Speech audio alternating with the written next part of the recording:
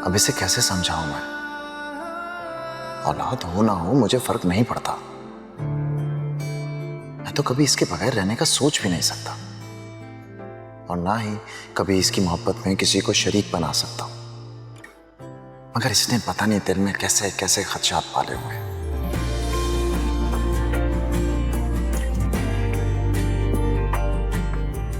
अगर मेरी औलाद होगी तो सिर्फ माहम से, वरना मैं अल्लाह की रजा में राजी हूं। सिर्फ औलाद की खातिर मैं उससे बेवफाई करूं, ऐसा नहीं हो सकता।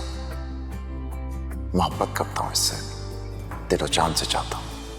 बीवी है मेरी। बदलते हैं मौसम, बदलती है दुनिया, बदल जाता है जिंदगी का फसाना। मगर तुमसे की थी नजर ने गुजारिश, मोहब्बत जो की है मोहब्बत निभाना।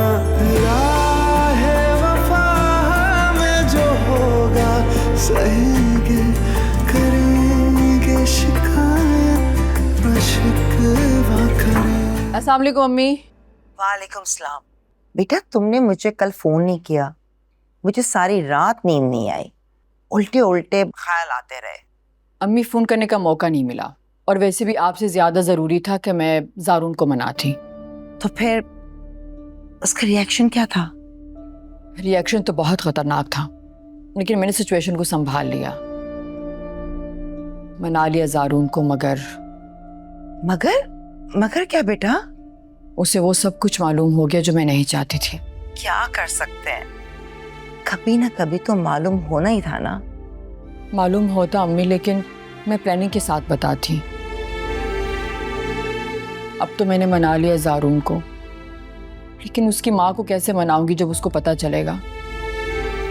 ज़ारून को मुझसे मोहब्बत है, वो मेरी हर कमी को बर्दाश्त कर लेगा, लेकिन उसकी माँ को तो उसके इकलौते बेटे की औलाद चाहिए होगी ना। तो फिर क्या करोगी? कुछ ना कुछ कर लूँगी अम्मी, आप परेशान ना हो। अच्छा मैं अभी फ़ोन रखती हूँ, क्योंकि ज़ारून अपनी माँ के रूम में कभी भी आ सकता है। अच्छा माहम, मेरी बात सुनो, ये तुम अज़रा को ज़रूर कह देना कि रुमाना को फ़ोन करके जल्द से जल्द जवाब दे। हाँ ठीक है ठीक है। हाँ मैं तुमसे बाद में बात करती हूँ। रमीज। जी अम्मी। इधर आ। आजकल फ़ोन पे बहुत मसरूफ़ रहने लगा है, लड़कियों से तो दोस्ती है नहीं, पता नहीं किससे इतनी लंबी लंबी बातें करता है। ये तुम इतनी देर देर तक फ़ोन पे किससे बातें करते हो? कोई लड़की से दोस्ती कर ली है क्या? ला हौल वाला अम्मी, क्या इतनी लंबी बातें सिर्फ लड़कियों से की जाती हैं? एक्चुअली मैं बॉस से कॉल पे बात कर रहा था, वो एक इम्पोर्टेंट प्रोजेक्ट स्टार्ट होने लगा, उसी पे डिस्कशन कर रहे थे। पता नहीं बेटा, हमेशा तुम्हारे रिश्ते में रुकावटें क्यों आ जाती हैं? मुझे तो लगता है मैं ये अरमान अपने दिल में लेकर इस दुनिया से चली जाऊंगी। अरे मेरी प्यारी अम्मी जान, ये फैसला आप अल्लाह पे छोड़ दें, वो जब चाहेंगे सब आसान हो जाएगा, सारी रुकावटें दूर हो जाएंगी। आ जाए आ जाए आ जाए आ जाए। तुम ही कोई लड़की पसंद कर लो ना। हाँ। अच्छा जल्द से जल्द तुम्हारी शादी हो जाए, घर में बच्चे हो, रौनक हो थोड़ा सा। आपको पता है मैं लड़कियों से दूर रहता हूँ, मेरे गोल्स हैं, मैं उनसे फोकस करना चाहता हूँ। प्लीज बेटा फिर भी मैं अकेली पड़ गई हूँ माम की शादी के बाद। राशिद के दुबई जाने से पहले कोई रस्म हो जाए। और मैं ये चाह रहा था कि तबरेज़ भी इन रस्मों में शरीक हो। बेटा वो तो अगले हफ्ते जा रहे हैं ना। अम्मी अगले हफ्ते में तो अभी कुछ दिन है ना। आप एक काम करें, जुम्मे के लिए इनसे बात कर लें। ठीक है, तुम ठीक कह रहे हो, क्योंकि तबरेज का होना बहुत जरूरी है इस रस्म में। तो फिर आप आज ही फोन कर लें उन्हें और हम कोई छोटा सा इवेंट रख लेते हैं, जैसे ज़ारा के वक्त किया था। और वैसे भी अम्मी सबसे इम्पोर्टेंट तो शफक की खुशी है ना। शफक राशिद के साथ खुश है तो हम लोग सब खुश हैं। हाँ नहीं, लड़का बहुत प्यारा है, बहुत अच्छा है। मुझे शफक के लिए ऐसे ही लड़का चाहिए था और अल्लाह ने आपकी सुन ली। शुक्र है, अल्हम्दुलिल्लाह। ज़ारून, तुमने ऑफिस नहीं जाना क्या? जाना है, थोड़ा लेट जाऊंगा। अरे वो तो याद ही नहीं रहा। अब शफक तो तैयार बैठी होगी, उसे तो किसी ने बताया ही नहीं। मैं उसे बता देती हूँ, लेकिन उससे पहले मुझे आप लोगों से कुछ पूछना है। पूछो। पूछो। आप लोगों ने राशिद के बारे में क्या फैसला किया? हमारी तरफ से तो हाँ ही है। हाँ, तो शफक की तरफ से होनी चाहिए, क्योंकि उसकी खुशी सबसे ज्यादा अहमियत रखती है। तुम फिक्र मत करो, हम शफक से बात कर चुके हैं। उससे इस रिश्ते से कोई एतराज नहीं। यही वो इतनी सादतमंद बच्ची मेरी। माशाल्लाह, आप लोगों को मुबारक हो। तुम्हें भी मुबारक हो, बल्कि सबसे ज्यादा मुबारकबाद तो तुम्हें ही मिलनी चाहिए, क्योंकि ये सब कुछ तुम्हारी कोशिश से ही हुआ है। जी नहीं जनाब, ये सब अल्लाह के हुक्म से हुआ है, क्योंकि जोड़े तो वही बनाता है।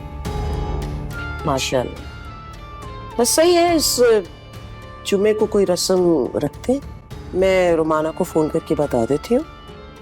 बहुत नेक ख्याल है अम्मी जान। तुम मेरी जिंदगी में आने वाले पहले ऐसे लड़के जिसके साथ में इतनी जल्दी इतना फ्रैंक हो गई। पता नहीं क्या है तुम्हारी पर्सनालिटी में ऐसा कि मैं तुम पर मर मिटी। मेरा भी कुछ यही हाल है शर्त। मैं हमेशा लड़कियों से दूर भागता है, लेकिन जब से तुमसे मिला ऊपर काबू ना रख सका। तुम पर मुझे मेहनत ना करनी पड़ेगी और मेरा वक्त ज़ाया होने से बच गया। इतनी खूबसूरत लड़की अगर खुद मेहरबान हो जाए तो फिर और क्या चाहिए। क्या सोच रहे हो? यही कि कितनी खूबसूरत हो तुम, और तुम कितने लकी हो कि इतनी खूबसूरत लड़की तुम पे मर मिटी है। अच्छा एक बात तो बताओ, पूछो। ये उस दिन तुमने इतनी घबराहट में क्यों फोन बंद कर दिया था? पर एक्चुअली अम्मी अचानक से कमरे में आ गई थी। तो अम्मी को मालूम है मैं किसी भी लड़की से बात नहीं करता हूँ, उनसे दूर भागता हूँ और हमेशा उनका लिहाज करता हूँ। उनके सामने तुमसे ऑब्वियसली कॉल पे बात नहीं कर सकता था, उनको ये भी नहीं बोल सकता था कि किसी लड़की से बात कर रहा हूँ। फ्लर्ट कर रहे हो मुझसे? नहीं, ऐसा क्यों सोचा तुमने?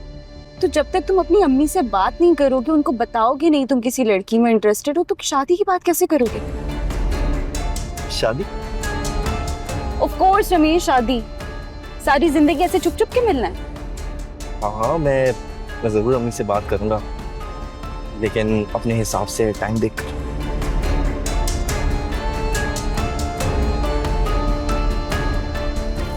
शादी और तुम जैसी लड़की से जो पहली मुलाकात में लड़कों से फ्री हो जाए।